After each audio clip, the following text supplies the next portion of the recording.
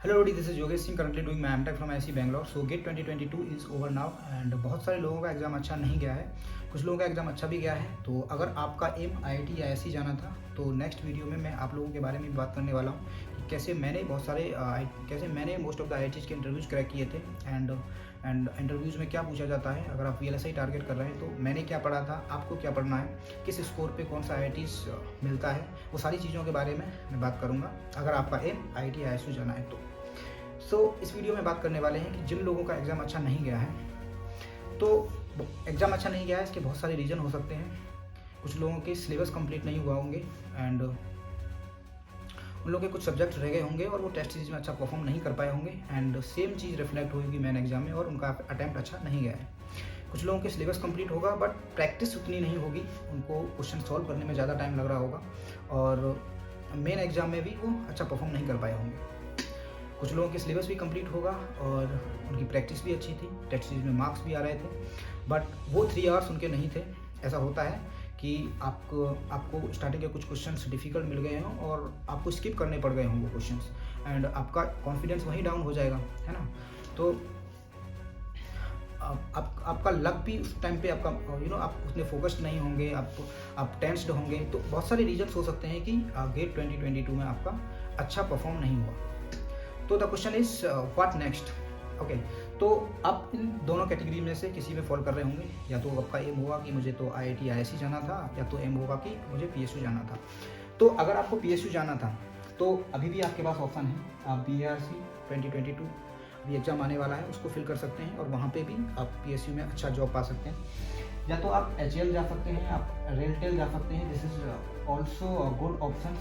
This is the post deputy manager post and the best part is यहाँ पर कोई negative marking नहीं होता है। तो अगर आपका एम पीएसयू जाना था तो अभी भी आप जा सकते हैं, है ना। और लेकिन कुछ लोग होंगे कि सर हमको तो ओएनजीसी जाना था, कुछ लोगों का ये होगा कि हमको तो ओएनजीसी जाना था, एनटीपीसी ही जाना था। तो still I would recommend you कि आप इन पीएसयूज में अप्लाई करें।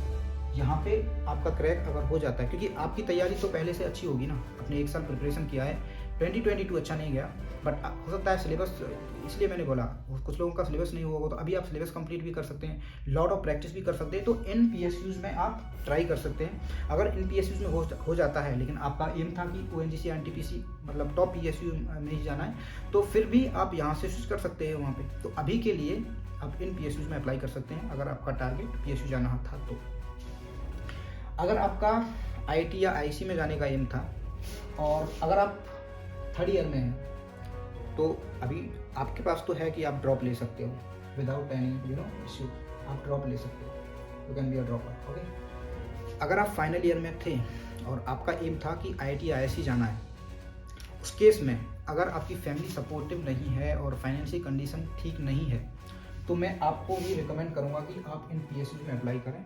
और यहाँ पे अगर किसी में क्रैक हो जाता है, क्योंकि आपकी प्रिपरेशन अच्छी थी, आपको जस्ट प्रैक्टिस करने की ज़रूरत है और उसका पैटर्न न देख के उसके अकॉर्डिंगली प्रिपेयर करने की ज़रूरत है। तो अगर आपका स्कीम हो जाता है तो जॉब के साथ अगेन आप अगर प्रिपेयर करना चाहते हैं, क्योंकि अगर आप इस कंडीशन में ड्रॉप लेते हैं तो एक तो प्रेशर बिल्डअप होगा, ओके, एंड अगर फाइनेंशियल कंडीशन नहीं है तो भी प्रॉब्लमेटिक है। ओके, तो अभी आप पीएसयूज में अप्लाई कर सकते हैं और भी पीएसयू जाएंगे उनमें भी अप्लाई कर सकते हैं और इसके साथ फिर से गेट प्रिपेयर कर सकते हैं अगर आपको ड्रॉप ही करना है तो। क्योंकि अगर आपका एम आईआईटी आईआईएससी ही जाना था तो ओके, ऑल्दो और top most triple ITs and NITs भी अच्छे पैकेज, वहाँ से अच्छे प्लेसमेंट्स होते हैं, वो भी अच्छे होते हैं। बट देन अगेन अगर आईआईटी आईआईएससी जाना है तो फिर आप पहले पीएसयू अभी ट्राई कर सकते हैं, नेक्स्ट ईयर आप वहाँ से स्विच कर सकते हैं।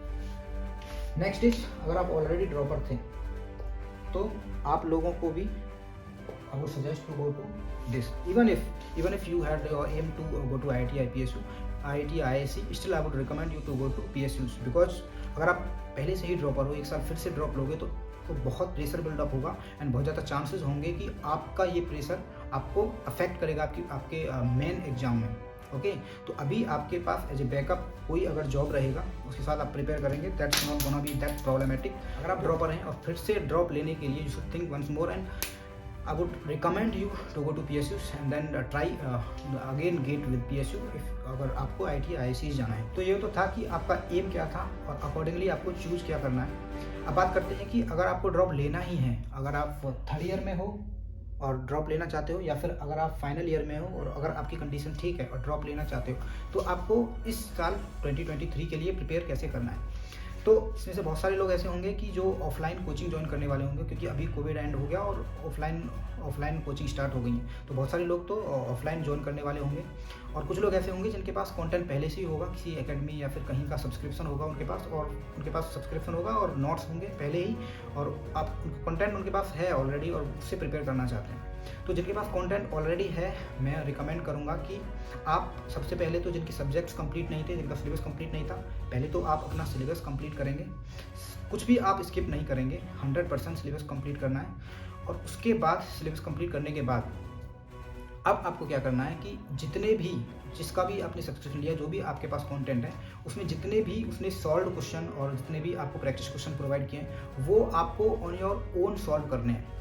क्योंकि होता क्या है कि जो भी टीचर आपको पढ़ा रहा होता है, वो उसके पास अपडेट रहता है कि रिसेंटली क्या पूछा जा रहा है, और प्रीवियस ईयर में भी क्या पूछा गया है, वो सारे कॉन्सेप्ट का उसके पास अपडेट रहता है। और मोस्ट ऑफ द कैटेगरीज वो कवर करने की कोशिश करता है अपनी क्लासेस में, या फिर क्वेश्चंस प्रोवाइड करने के तरीके से वो आपकी most of the categories, almost सारी कैटेगरीज वो कवर करने की कोशिश करता है। तो अगर आप वहाँ से क्वेश्चन सॉल्व करते हैं तो बहुत ज़्यादा चांसेस रहते हैं कि, क्योंकि गेट में पूरा तो नया आता नहीं है ना, गेट में तो 60 to 70% तो रहता है कि पुराना ही कॉन्सेप्ट रिपीट होता है। तो अगर आप वो तैयार कर लेते हैं तो आपका एक बेस तैयार हो जाता है 60 to 70% मार्क्स लाने लायक, राइट। तो अब फिर बचता है कि आप कितनी प्रैक्टिस करते हैं आप, है ना। उसके बाद आपको लॉट ऑफ प्रैक्टिस करनी है, न्यू क्वेश्चंस ट्राई करने हैं, गुड क्वालिटी क्वेश्चंस, और उसके बाद आपको जितना ज़्यादा हो सके उतने टेस्ट देने हैं, वो बहुत इंपॉर्टेंट रहता है।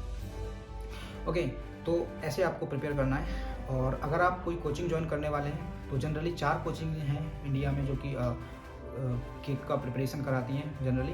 तो उनमें से 2 का तो मुझे अच्छा खासा आइडिया है, मेरा पर्सनल एक्सपीरियंस, मुझे पता है कौन क्या पढ़ा रहा है। मैं एक टीचर के टॉपिक का भी रिव्यू दे सकता हूँ, मुझे अच्छा आइडिया है। और बाकी 2 जो एकेडमी है उनमें उनका भी मेरे पास नेटवर्क है, जिनमें लोग पढ़ते हैं, जो मेरे फ्रेंड सर्कल में हैं, तो उसका भी मैं रिव्यू दे सकता हूँ। अगर आपको जानना है कि कौन सा कोचिंग ज्वाइन करना है तो आप कमेंट में बता सकते हैं, उसके बारे में भी मैं बात कर सकता हूँ। तो ये तो हो गया आपको कैसे प्रिपेयर करना है।